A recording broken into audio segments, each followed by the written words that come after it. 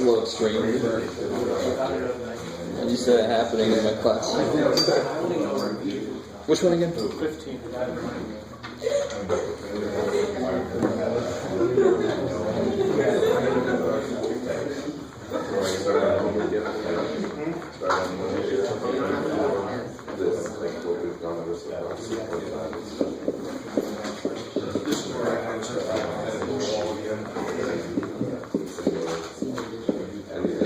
This one, it's all in there's no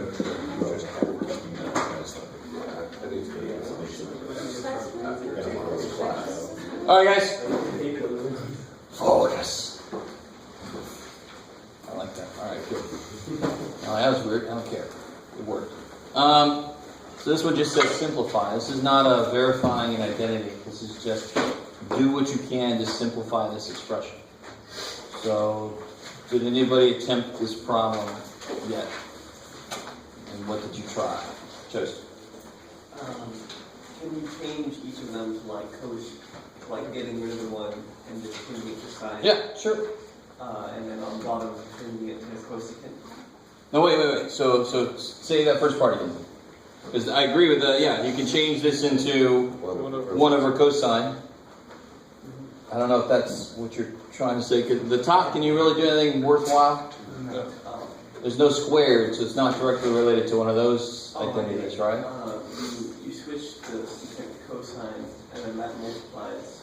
You could. So let's try it. Let's see where that leads us. Let's see if that takes us anywhere good. And if it doesn't, we don't throw the book aside and say, I don't get into this shit and give up. I mean, it's just part of the process is to make a mistake. It's part of the process. Failure is always an option. Always. Because failure teaches us shit. Secant, 1 over cosine. And then what would I do with that? Well, you gotta be careful. I mean, there's more than one thing on the bottom. I can't do flipping anything. I can multiply top and bottom by 1. let's be all right. There's two. Let's just stick with one method at a time. From the beginning, I could have multiplied the bottom by its conjugate in a way, 1 minus secant. Why the hell would I do that? Because then maybe it's related to a trig identity. So you see, what you start to realize is since the trig identities have all these squares in them, blah, blah, blah, and tangent squared and all that crap. Conjugate. So what the hell is conjugate? We're not in French class. We're not conjugating verbs. So what the hell do I mean when I say conjugate? In what way? So if I have 1 over rad 2 minus 7. Rad 2 plus 7. I would multiply rad 2 plus 7. Blah, blah, blah. That's the conjugate, right? So what's the conjugate of 1 plus secant? 1 minus secant. So we're going to back up and try that here in a minute if this doesn't take us anywhere nice. But let's do one at a time. One way is to rewrite anything in terms of sines and cosines that isn't already. I have a fraction inside of a fraction. How do I kill that inner fraction? Multiply by cosine. Right, in this case, yeah. So multiply by cosine. So on the top I'll get cosine y plus cosine squared y. And on the bottom I'll get cosine y plus 1. How are we doing so far? What's up? No good? What's the matter? Nothing. Oh, you're good. You're okay. You're going like this, and I'm like, don't do that. So you're okay. Yes. I was going to say for the numerator, couldn't you take out the cosine and then Yeah, be totally. cosine plus There we 1 go. on top and bottom? So if I take that cosine back out, That would make sense. what happens here? They cancel out. That's freaky as hell. Yes, sir. Wait, is that okay if you like, what I did is like the bottom, the denominator, I just find like common denominators and then like, under. All right, cool. Yeah, sure. So here we end up at cosine y. That sounds like a good place to stop, right? Cozy. Sounds good. It's cosy, you mean? Oh. I was going to say this is how they describe a very small apartment. It's cozy. You can barely fit your ass in there. That's what they mean. So what you're saying is, everybody cool with that? That's one approach. Right? This does not mean that this is the right way to do this. This is a way that worked. It might even be the best way. I don't know. It's the first way that somebody said. So somebody else was just on the same kind of path, but right here you went somewhere else with it, right? You changed this, but then you got like denominators on the bottom? Yeah, then I flip it. Alright, kick ass, I like it. So then you get cosine over cosine, so it'll be cosine y plus 1 over cosine y. Right, he just made LCD. Cosine cosine, so it'll be cosine plus 1 over cosine y. And then you multiply by the reciprocal, which works now, because now you have a single fraction down here, right? So this will be 1 plus cosine y times cosine y over cosine y plus 1, but these cancel and you still end up cosine. Or cosine. Now let's see, and again, what I said first wasn't even, this is one way, this is like 1 star, because it's basically the same idea, just simplified it a different way, right? If I try to multiply it, and I don't even know if this is going to work, if we try to do this, normally I wouldn't even try because I already did 2 things that work. But let's just see what this does. On the top I'll get, now this is interesting, what do I get on the top? This is where students really start to lose it. I really, as if you haven't lost it already, but that wasn't a slam either, that's just a general, this happens, right? There's 2 things that work. I'm just trying to try something else out, because sometimes this will actually be either the best way or the only way that will work, is this idea of multiplying by the conjugate. Let's see what we get. What do we get on the top here? 1. Good so far? Minus secant y plus cosine y. Now it's cosine times secant. It's 1, because secant is 1 over cosine, right? But it's minus. Yeah, but it's minus 1. Good, so those would cancel. And on the bottom I'm going to get 1 plus secant minus secant squared. And what's 1 minus secant squared? Is that anywhere? It's sort of like negative tangent, right? Is that leading us anywhere nice? No. So if that happened to be the first thing you thought of to try, which probably would not have been true before today, but this is something you can try, I would have given up on it pretty quickly. It's made it worse, right? So this would be a path I don't want to go down. There's got to be a better way. Maybe if we keep going down the path, it'll get somewhere nice. I don't want to. And now there's 2 other ways that are a lot easier. So this is where students start to doubt my ability to do math. They say, well, why would you even suggest that, Jeff? It got worse. And I'm like, because you need to know you could do that. You just have to know that's an option. In this case, it made it disgusting, so don't do it there. All right. Okay. So anything else from homework? 6.5 and 6.6 are going okay, I guess? Yeah, I feel like I haven't missed any yet. Of course, I haven't done any yet. Everybody's 100% so far. I haven't struck out yet. I haven't been in the game yet. Alright, let me take this out.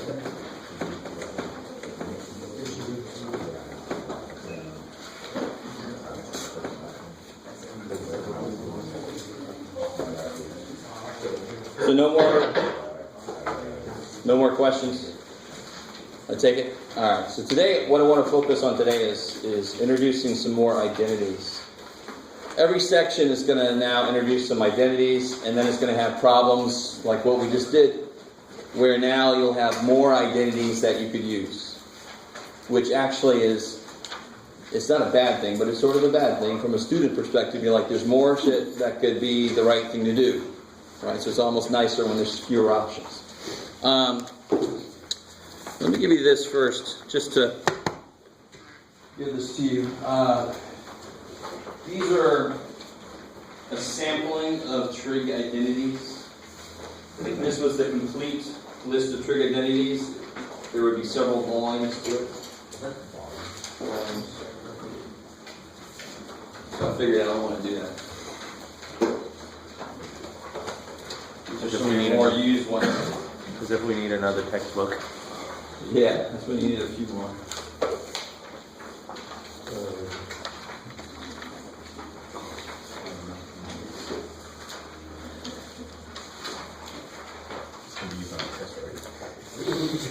Can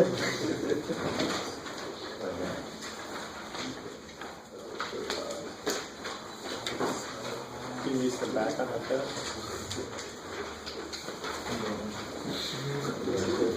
Alright. So just in general, and also the answer that people ask, and you can use this in the test, hell no. So here's how to read this. You see that big, thick black line right there, a little bit below the middle? Everything above that black line you must know. You must memorize that. We're going to talk today about where some of that stuff comes from. Some of that is very familiar. For example, I know cosecant is 1 over sine. You should already know that. That's awesome. It's in the bank. You should know the Pythagorean identities, right? Sine squared plus cosine squared is 1 and blah, blah, blah. Law of cosines, law of sines. You just learned that the other day. But if you haven't committed it to memory, you got to get it in there. They like to use alpha, beta, and gamma instead of capital A, capital B, capital C. Do you guys see? Look at law of cosines. Do you guys remember if there's an A squared equals, then the cosine piece should have an A in it? Remember that? They should have a big, those should match. Well, here they're using alpha instead of big A for the angle. So it's another convention. Either capital letters or Greek letters are used for angles very often. How are we doing? It's too bad. Just deal with it. It's just the way it is. Some of you guys looked at me like, why? I'm like, I didn't do it. It's just the way it is. We're going to talk today about the sum and difference identities here. And we're going to talk about double angle and half angle identities. Right? Those sound like they should be related. And that'll everything else you've already talked about. So that today we're going to basically talk about everything else you're supposed to know. So anything up here I feel free to ask you a question about and not provide you with this because you should come with it. Anything below there, if I dare ask you a question that requires any of these, I better give it to you. So sometimes I'll print some of these up on the top of the test or on another sheet of paper I give you with the test so you can reference them when you need them. I'm not going to make you commit these to memory. The main reason I don't make you commit these to memory is I don't have them committed to memory. So I never make you memorize more than I have. Because obviously if I don't have a committed memory, I didn't need it, so neither do you. Kind of with me? But of course, it all depends on the field you go into. I don't know. But for my class, you just need to memorize what's above the black line, and it should make your future teachers happy if you actually do that and remember them for the next class you take. So, what I want to do is explain to you where the sum and difference identities come from in a slightly different way than the book does. The book has a standard, which one are you? Yeah, Sonic is that one. This one. I can do that. The book has a standard approach that I don't really like. So I decided, so this is my own kind of creation I've cobbled together. So you're going to have a lot of exciting fun today. I'm going to prove to you where these come from. So you never have to do what I'm about to do yourself. That's not the point. Just try to go with me. And I've done like several stages of this thing to show you where things are coming from. Let's see if I can get what I need here. My little camera's in the worst seat in the theater. Let's see.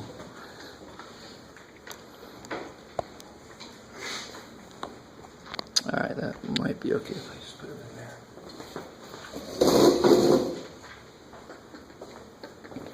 Alright.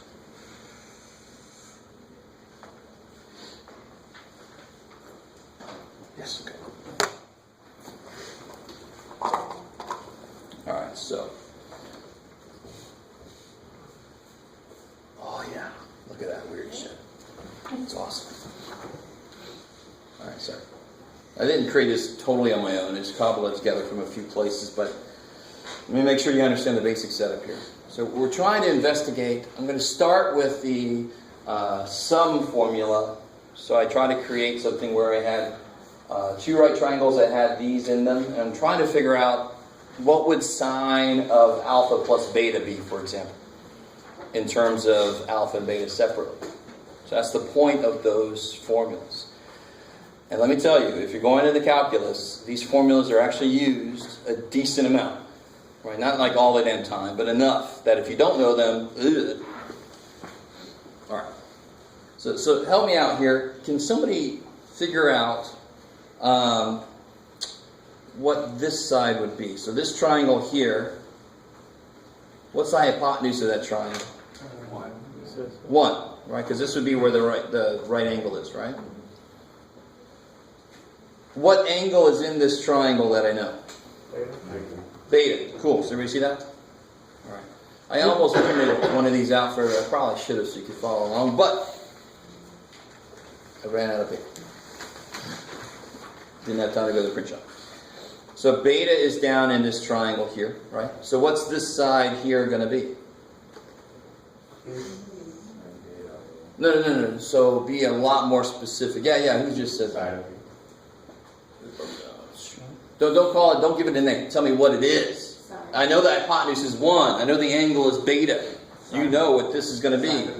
Sine beta. Because sine beta we equal this side over 1. So this side is sine beta. How we doing so far? Right.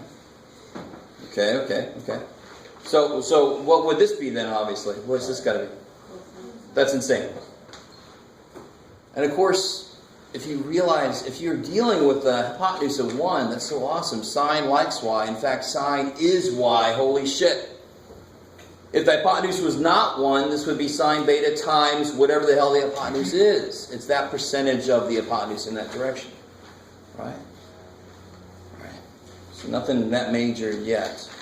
We're just dealing with the upper right triangle. Right? What else can we get here?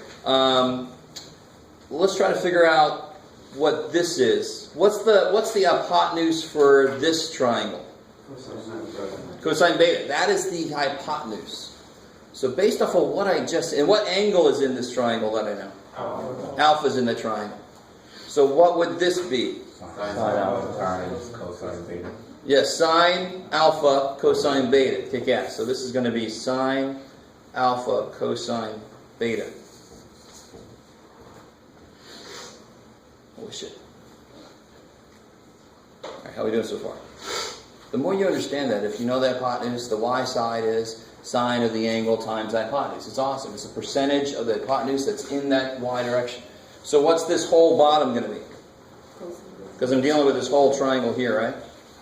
Cosine A times cosine B. Yeah, cosine alpha, cosine beta. Right? It's this percent of the hypotenuse in the x direction.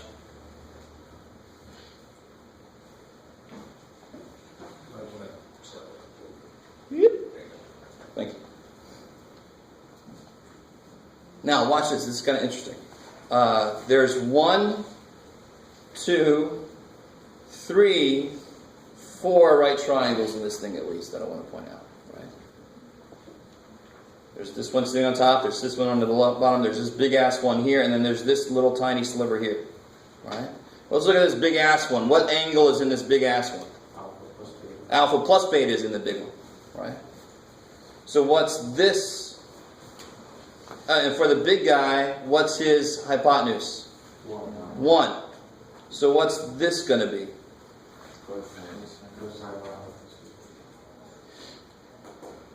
It's the x side, and the hypotenuse is 1.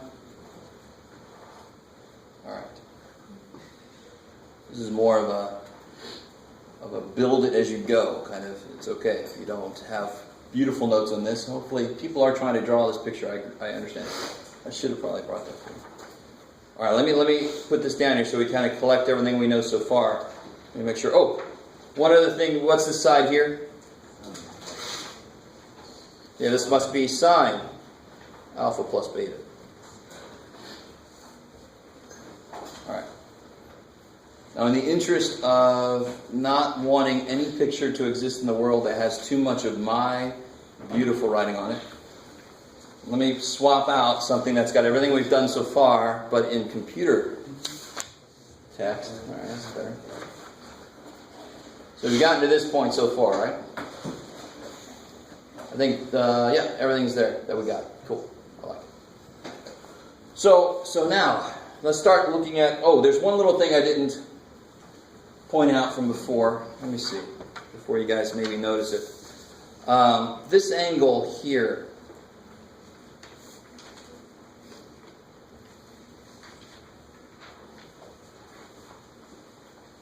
how could you possibly get that angle? Is that alpha? Why? Some of you guys saw that on the other slide.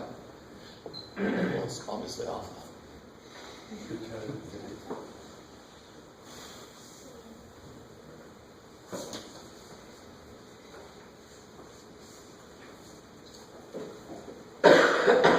So if this is going to be alpha here, well, here's alpha right down there, right?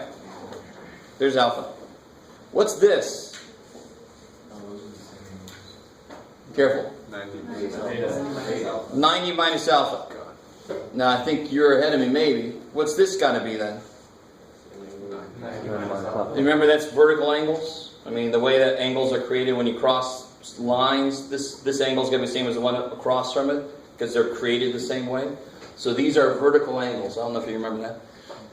V for vertical. All right. So that's 90 minus alpha, so that must be 90 minus alpha. And that's 90. So that's got to be freaking alpha. So the overall you add up to 180. So you got the angle is beta? No, we don't. Beta is just whatever it wants to be. It doesn't have to be 90 minus alpha. All right, so don't try to get beta in there. Leave beta alone. I mean, like opposite of alpha in that situation. How do you mean opposite of alpha? Like up there on the other triangle next to it. Oh, in there. Well, real quick. This whole thing is alpha plus beta here, right? In the big triangle. And this is 90. So what must this here be? 90 minus A plus B. Yeah, 90 minus alpha plus beta. Which, so it's related to both angles because it's from a triangle that's got the sum of both angles in it. Okay, so now I think I've got everything explained that's in this picture here. All right, stay with me now. Now I want to point out a couple things. Here's cosine of alpha plus beta. And it's related to cosine alpha, cosine beta. It's related to them separated in some way, right? And really that's the whole point of the sum and difference formulas, is to say, if I had sine of some angle that I actually knew what each piece of that was, not the addition, I knew what each piece was, I want to break them up. Or even better, if I had cosine of 11 degrees times cosine of 19 degrees, what's 11 plus 19? 30. And so if I could relate these two, I can actually figure out what that is by hand. Some of you guys are like, go with calculator. But I want exact answers. Your calculator gives you an approximation. That ain't good. Let's be better than calculators. Screw you, calculator. I know the exact answer. Shit. So what's the only piece I'm missing to really connect these two all the way? What piece am I missing to connect these two? This equals this plus this little piece right there, right? If I could just figure out what that little piece is. But where else is that little piece? Where's the exact same length? This little tiny sliver triangle. That's why I wanted to get that angle in there, that alpha angle. So can we figure out what this is? So where's the right angle in there? Right there. What's the hypotenuse of this little sliver triangle? Sine beta. So, and be careful what alpha is, right? This is actually going to be, let's do this for a second. You ready? Don't watch. You'll get sick. Yeah. All right. Now my alpha, or any sound effect you wanted there. That was a little... So now my alpha is in the base, which is better. This is going to be related to what? This is the... Sine alpha. Good. Sine alpha, sine beta. It's the sine side, right? It's whatever the hypotenuse is times sine of alpha, because that's the y side. So this is going to be... Let me put it down here, because it's the same thing here. Sine alpha... What did we just say? I forgot. Sine beta. That's what this is here. Bah. Get in there. Don't worry, I got another slide with some better writing in mind. That's sine alpha, sine beta right there. Right? So actually, right now, let's take a second. Let's feel like we've accomplished something. What is cosine of alpha plus beta then? It's not quite this whole thing, is it? It's cosine alpha, cosine beta, minus sine alpha, sine beta. That's crazy. They kick so much ass. So if I ask you, for example, if I ask you what's cosine of 11 degrees times cosine of 19 degrees minus sine 11 degrees, sine of 19 degrees. Cosine of 30 minus cosine of 11. It's cosine of 30 degrees, which is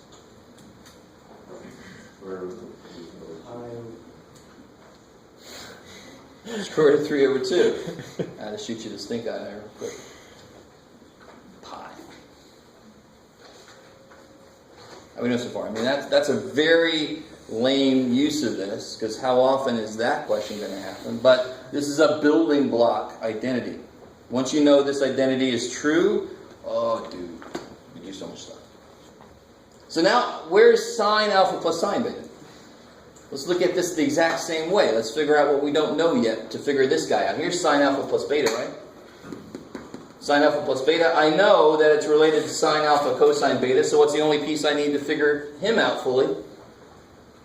This whole thing is related to this piece plus that side of that little sliver triangle again. This dude's freaking important. So what's this side of this triangle going to be? Good. This is going to be cosine alpha because it's the x piece times sine beta because that's the hypotenuse.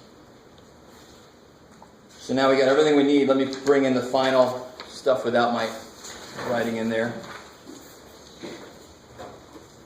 So now what's sine alpha plus beta equal to? What's it equal to? Yeah, sine alpha cosine beta plus cosine alpha sine beta. Yummy. So what's really important from all that is, I know some of you guys are trying to draw a picture. I really appreciate that. That's awesome. Maybe I'll go get some paper and I'll print this out for you tomorrow. Right? But here's what's important. All right. So here's how I personally memorize these. You ready? And this actually kind of extends for a while, and my calc students get a kick out of this when I tell them this. Sine is nice. He's a nice guy. Sine's a nice guy. He's like, sine, oh, you got a plus sign? I'll keep your plus sign. And cosine, let's take turns. Cosine, let's take turns. You see how it's sine of one, cosine of one, sine of the other one, cosine of the other one. Do you see that? All nice. You guys with me so far? We just proved why this is true. Now I'm trying to give you a way to remember it, because this is one of the ones above the black line. Oh shit, right? It's not over the line, it's under the line. It's too bad. Or the other way around. So, cosine is the jackass. He's the asshole, right? He says, oh, you got a plus? Screw your plus. I'm going to make it minus. And sine, it's me first. Screw you. Cosine, and then sine, you come next. Right? You don't get into the psychology of trig functions too much, but again, this is the way, ever since I was taught this, that's the way I kind of looked at it. I'm like, well, cosine's kind of an asshole. He's all first. Sine's like, both of us, we each get a turn. And cosine's like, screw you, sine. Right? Bless you. Now, real quick, to get the difference formulas, it's really, you can just look at this as alpha plus negative beta, right? So then you'll have sine alpha, cosine negative beta. Sine negative beta, cosine alpha. And we should remember that cosine and negative beta is cosine beta. Because cosine is like a parabola. It's evenly symmetric, right? So that's why here on the next line I've just got sine alpha, cosine beta. Well, this is too long. And then, of course, sine and negative beta is negative sine beta, because it's odd through the origin. It's odd. So it's going to be minus sine beta cosine alpha. So again, sine is the nice guy. It says, oh, you got a minus sign? Here? Okay, we'll sine and cosine, we'll take turns, and we'll keep the minus. Cosine, of course, when you do all the same stuff again, you had a minus sign, screw your minus sign. I'm for that, that's... You guys kind of with me? On this one, you could argue that. You could turn, but screw it. It's written like this, because cosine's the answer. How are we doing so far? Is that? Yes? So in the first one, in sine of A minus B, how come the sine A cosine negative B doesn't change? Like, where does the negative of that one go? Because let me point it out on here real quick, and then remind you, here. Cosine negative theta is cosine theta. Because cosine is even. What's an even function do? F of x is even. What's f of negative x? F of x. There you go. So what's cosine? Since cosine's even, because if you look at it around the y-axis, it looks like a downward parabola for a little while at least, right? So it's evenly symmetric, which means whatever it is on this side is the same on that side. Which means if I put a negative x in, it's the same as if it was positive x. It's the same on both sides. So that's why when I plug a negative b in here, what's cosine of negative beta? Cosine beta. Cosine beta. It doesn't change. But what's sine of negative beta, for all the same reasons, because sine is odd, sine of negative beta is negative sine beta, which is why the minus sign becomes a plus sign there.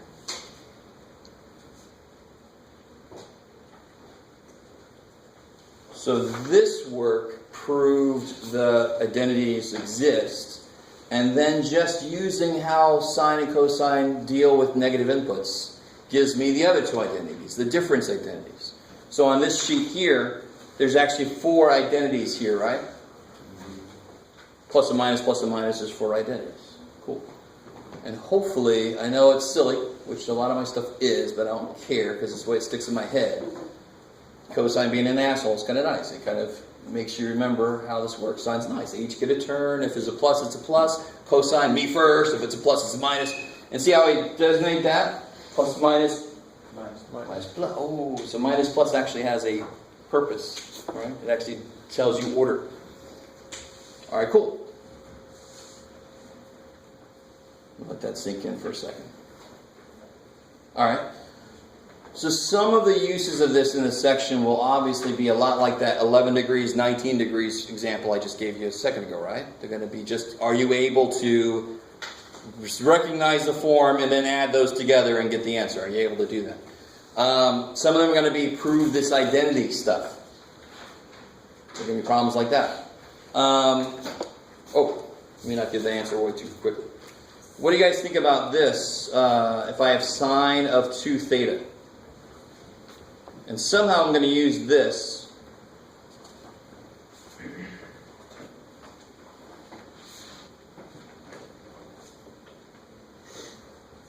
To help me. How could I use that? How can you write this as an addition? Sine theta plus. Yeah, sine theta plus theta, right? All right, finish it out. Tell me what that is. Do I have alpha and beta? No. No, I got theta and theta, right? So what's it going to equal? Sine theta, cosine theta, plus Sine theta. sine theta, cosine theta, which is 2 sine theta, cosine thetas. So that is one of the double angle formulas. We call it a double angle formula because this is a double angle. So on your sheet, if you look at the double angle formula, this is the very first one. Pop. So how do you think I get the double angle formulas for cosine? So looks like you subtract them. Yeah, so for cosine, cosine of alpha plus beta is cosine alpha, cosine beta, right? He's all an asshole. He's all first. You got a plus, screw you. And then sine, you're after me. Whatever you say, man. It's funny. I got like a Rick and Morty thing going on now. I put it together. Some of you guys got that? I like that. So cosine of twice theta is theta plus theta. So it'll be cosine theta, cosine theta, because that's all I got. It's just a couple thetas. Minus sine theta, sine theta. What's cosine theta times cosine theta? That's insane.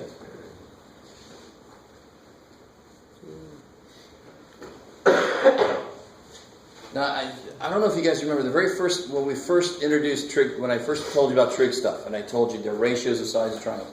That's all they still are. But look at all this shit. All cosine is the x piece of a triangle divided by the hypotenuse of a triangle. That's what cosine of theta is. But we have gone so far from that now. It's crazy. And just remember, this is all built off of ratios of sides of triangles. That's all it is. But it's insane what you can do with this.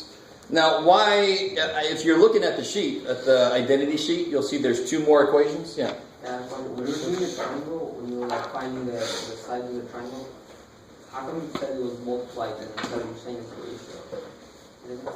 Oh, because, so going back here for a second, let me see. Where's the first time that happened? All right, real quick. Well, the first time that happened really was here. Here we go. So if I look at this and I say, what is cosine of alpha going to be? Cosine of alpha would be the x piece over the hypotenuse, right? So if I'm trying to solve for the x piece, what would I do? I'd multiply cosine beta up, right? So it's one step away from that ratio, right? But I'm trying to get us away from always starting with ratios. I'm trying to get you guys to realize that the x piece is the cosine times the hypotenuse. That's really, it's the percentage of the hypotenuse that's in the x direction. It's not truly a percentage because it's not linear, but I don't care. It's a pretty good analogy. Right? Just in case any hardline math people are watching, screw you, get over it. Get some of my former professors of mine. So how can I create another identity off of this using a very basic one that we already know? What's cosine squared equal to most easily? 1 minus sine squared. So I can say this is 1 minus sine squared, so it's 1 minus 2 sine squared. So there's another way to represent what cosine of 2 theta is. Does it matter if the 2 sine squared is negative or the 1 is negative? Yes. Could you have it as 1 is positive but on the chart if 1 is negative? Does that matter? I'm not sure. You can't say that it's 2 sine squared minus 1. He did it the other way on the paper. Oh, sorry. We're reading What's going on? I'm sorry. sorry. I read cosine. My bad. Oh, okay. Now let's get that one. You ready? I like you. Tony's like, dude, be careful. Oh. So what's the same way? What's the easiest way to re-represent sine squared? Careful. 1 minus cosine. 1 minus cosine squared. Yeah, right? Because together they make 1, so 1 minus 1 is the other one, right? Now distribute the negatives. So you get cosine squared plus cosine squared is 2 cosine squared minus 1. So you have 1, 2, 3 representations for cosine of 2 theta. Now, I understand right now you guys are like, oh my freaking God. Holy shit, how much stuff did we just do? And what the hell does all this shit mean? But if you talk to any Calc or Calc 2 student especially, they'll say, okay, these come in a lot. These happen a lot. So they're just little tools now. That your toolbox keeps getting freaking bigger and bigger. There's some more tools I can use whenever I need to. So for example, if I wanted you to figure out, just a really kind of lame example here, but if I wanted you to figure out what Jeff? 2 cosine squared of 22.5 degrees minus 1. I want to know what that is.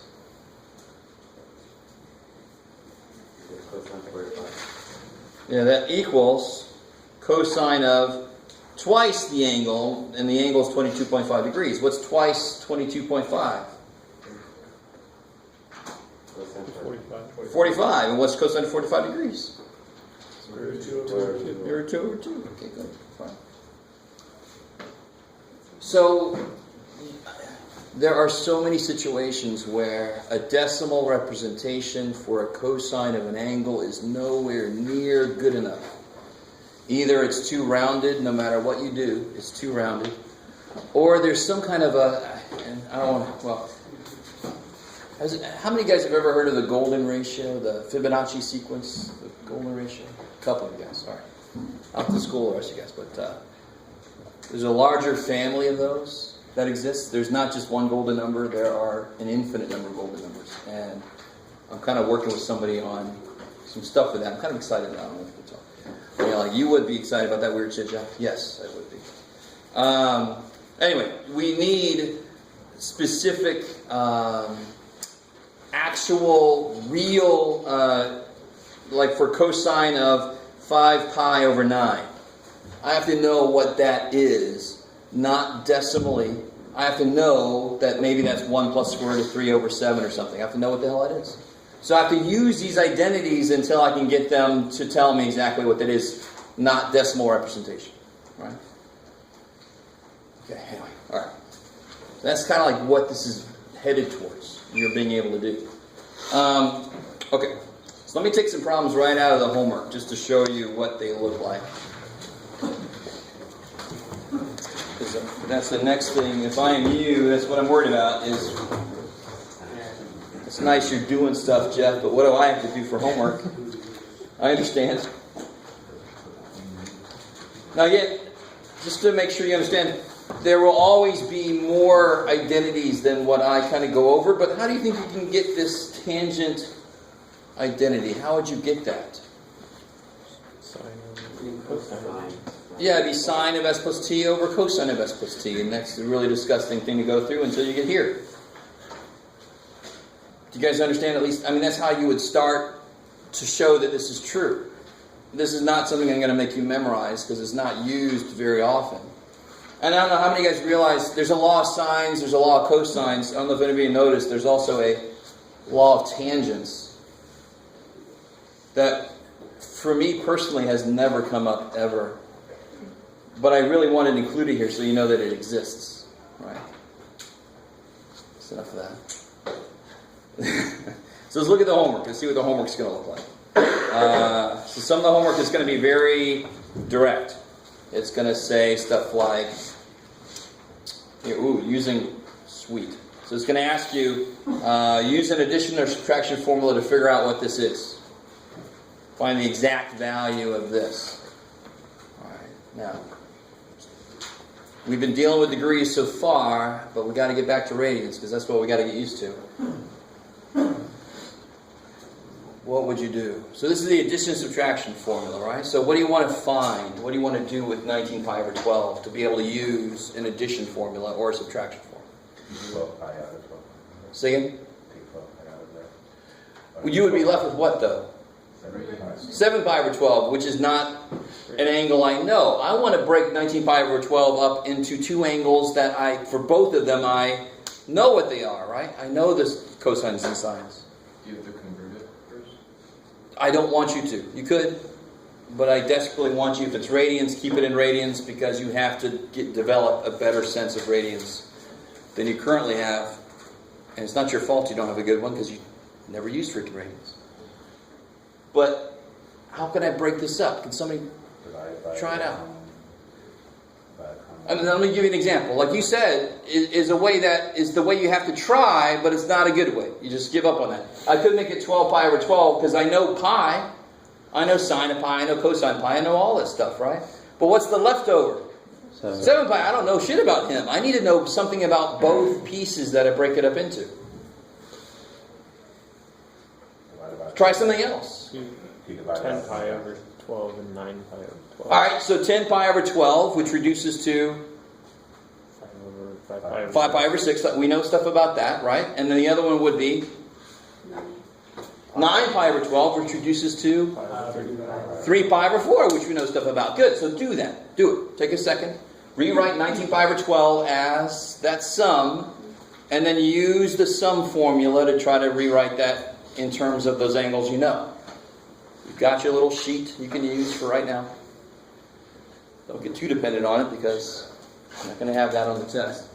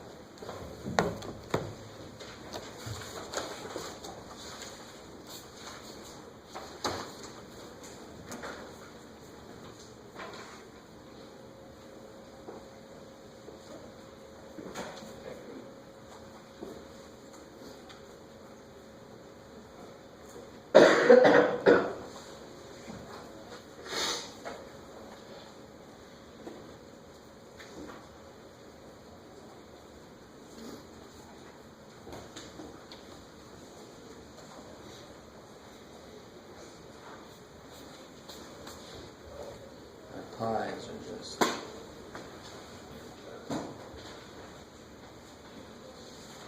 Didn't come out right. Still pi.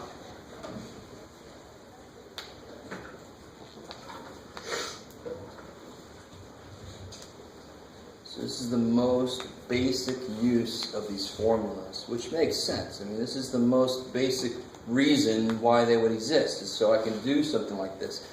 But once you know more identities, you're able to simplify other things later. They're always kind of like stepping stones. So what's all about sine? Is he the nice guy or the asshole? He's a nice guy. So there's a plus sign, there's still going to be a plus sign, right? And he says, all right, I'll do one, and cosine, you come over, and you do one. And then I'll do yours. And then you do the one I do. Isn't it cosine and sine? Say again? Isn't it after the plus sign, isn't it cosine? Oh, so I can't remember now. I think on one of the sheets I wrote it, but this is actually the way I kind of do it. I lifted that as an image from somewhere, I can't remember. But I just always do sine of one angle, cosine of that, and then sine of the other angle. But it really doesn't matter. Whichever way makes sense and stays in your head. Right? It doesn't matter, yeah. And what is sine of 5 pi over 6? Now, each of these are what used to be a complete problem. Now they shouldn't be that bad. Square root of 2 is 2. Yeah, because what quadrant am I in? 2. And be careful now. Sine, pi over 6 is close to the x-axis. Sine doesn't like that. 1/2. Good. So it's positive 1/2. What about cosine of 3 pi over 4? It's nice. And it's in the second quadrant, so it'll be negative. Rad 2 over 2. Sine of 3 pi over 4. Second quadrant, so sine is positive. Rad 2 over 2. Right? Any pi over 4 stuff is nice. You're like, oh, thank God. It's some kind of root 2 over 2. That's the end of that story. Just put a negative 1 or not. What about cosine of 5 pi over 6? It's going to be negative. Yeah, because now it's close to the x-axis and cosine likes that. Or closine. And now you get negative rad 2 over 4 minus rad 6 over 4. And trust me, you start to get a little sick of seeing rad 2 over 4 and rad 6 over 4. That happens a lot. You should probably expect that. Some other things happen too. Do you guys get the basic idea? I mean, 19 pi over 12, just splitting that up into two parts that you know the sine and cosine of each part. Not that hard. You just try something, that didn't work, let me try something again. Alright, some of them have multiple ways you can do them, but they have to end up at the same answer, and they will. They have to. Yes, sir.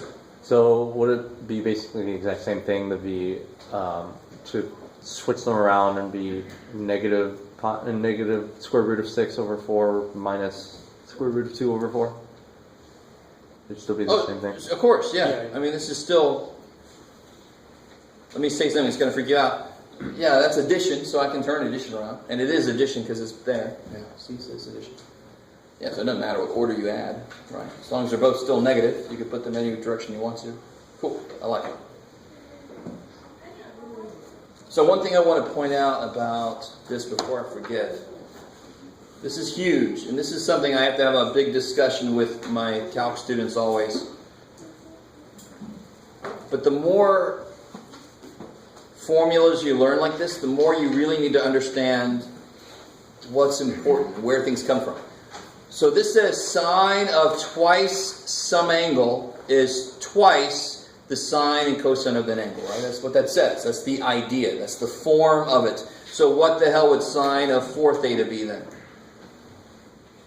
And that's wrong. And I don't blame you. I don't want to make you feel bad. I don't blame you because your brain says there's a 2, there's a 2. But this says sine of twice an angle gets to be written like this. Is this sine of twice an angle yet?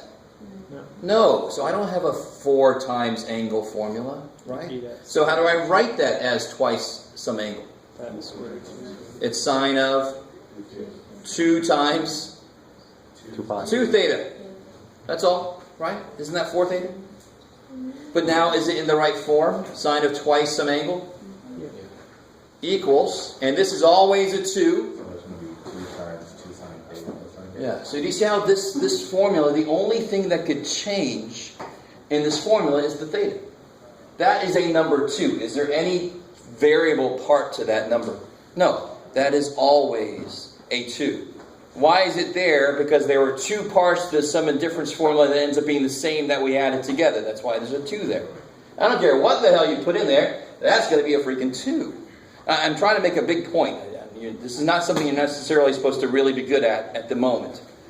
But this is something you got to really start to understand is when I have a form of something, I've got to be careful how to use that form correctly. Yeah? So with that, we break it down with that for any number. Say it was like sine 8 theta, we would do 4, then times. We would do twice 4 theta. Yeah. We always got to pull that twice out because that's what the form needs. It needs twice an angle. All right? This is the form. Here, Jeff, you can just do this. Twice an angle. So let's do 4 theta first. Let's finish. We haven't done it yet. So what would that be? It would be 2 sine of 2 theta. 2 theta, because that's the angle cosine of. 2 theta. And then each of these, oh shit, I can break each of those up, right? We won't do that now. What about sine, what are you saying, Tony? 8 theta? So how do I put it in the right format? The right format is twice something. So what would that be twice? 4 theta. 4 theta. And then how do I write sine of twice 4 theta? 2 sine 4 theta. Cosine 4 theta. Cosine 4 theta. I like it. I like it. I like it. This is a discussion that, and not to fault any other teachers, but sometimes teachers we forget to have this discussion. So because we're just so damn used to, well, that's what it means. Of course, that's what it means. But we got to go. Wait, they have no reason to know that because no one's ever told them that. Oh shit! I better tell them. This is how you use this correctly. All right? So I don't blame you that you said 4. I sort of set you up for that. I don't feel bad about it though. All right, and the same thing with the cosine 2 theta. The exact same thing you got to be careful of.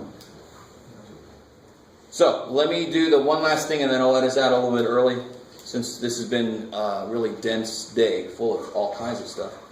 Let's talk about the half angle formula. Yes.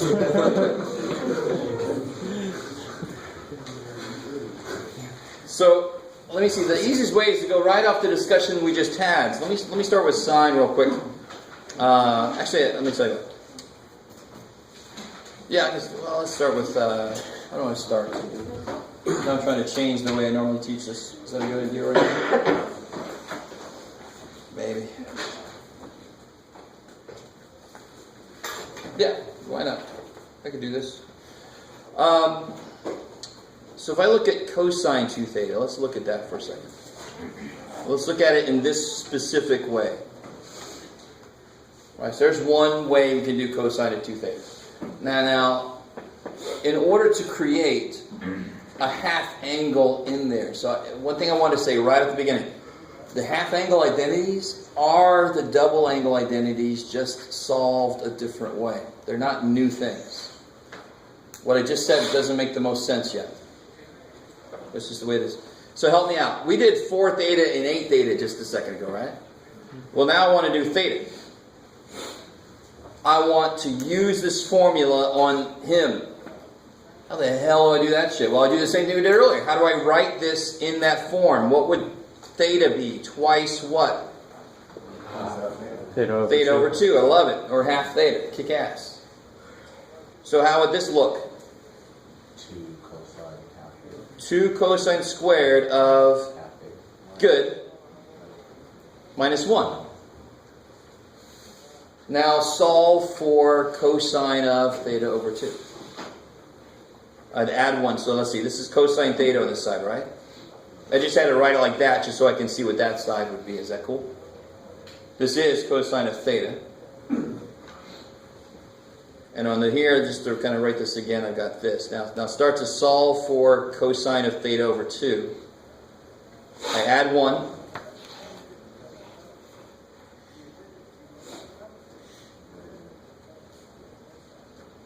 And then I divide by 2. Yeah, so then I get cosine squared theta over 2 equals this. And then I take a square root. So I end up with cosine of theta over 2 equals the square root plus or minus. And let me write it like it normally is written. Just turn those around. What do you think this plus or minus relates to? Something we always have to be careful with. See? What quadrant? Exactly. What quadrant this angle is in? This angle that we're talking about. What quadrant is it in? That's going to determine which one of those. So if you look at your list of identities, here's the half angle identities. We just figured out this one.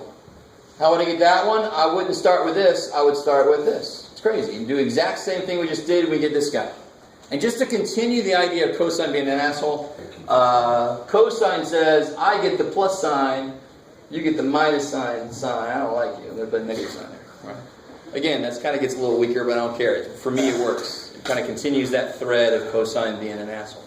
Yes? So then the plus and minus in the beginning of the square root depends on if it's positive or negative. What quadrant this is in. So if this was 240 divided by 2 or something, what quadrant is that in? That would be the second quadrant. So then for cosine, I would have to pick negative. So it all depends on what quadrant you're in. We know that from the beginning. All right. Now that is just so desperately plain. Tomorrow we'll focus on identities from these sections, and I'm thinking about having a quiz on Monday. What is tomorrow? Thursday. You don't want a quiz tomorrow, do you? No. Okay. A quiz on Monday. I have a muted first message, I can call it. The what now? Put my brewing in it. It's muted. And basically, I start grill tomorrow. So I'm going to be gone. It doesn't matter Friday. Oh, okay. So I'm going to email you that. I'm going to email you the actual header from my... You're okay, man. Just... No, I don't do it.